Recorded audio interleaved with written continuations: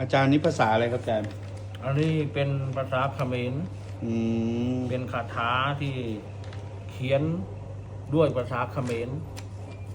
อ๋อนี่เหรอครับ อาจารย์อ่านออกเหรออ่านออกหมดครับเดี๋ยวผมทดสอบได้ไหมครับได้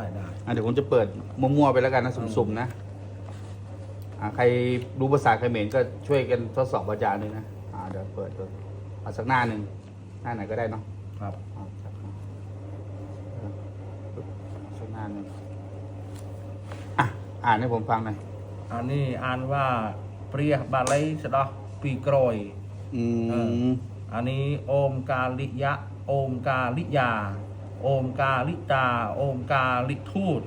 จะโดรพูดอย่างเสมาเยี่ยงนี้มาหากูเดอร์พูดสองมาติชาพูดชาถ้ามึงไม่มาแตกอกมึงตาย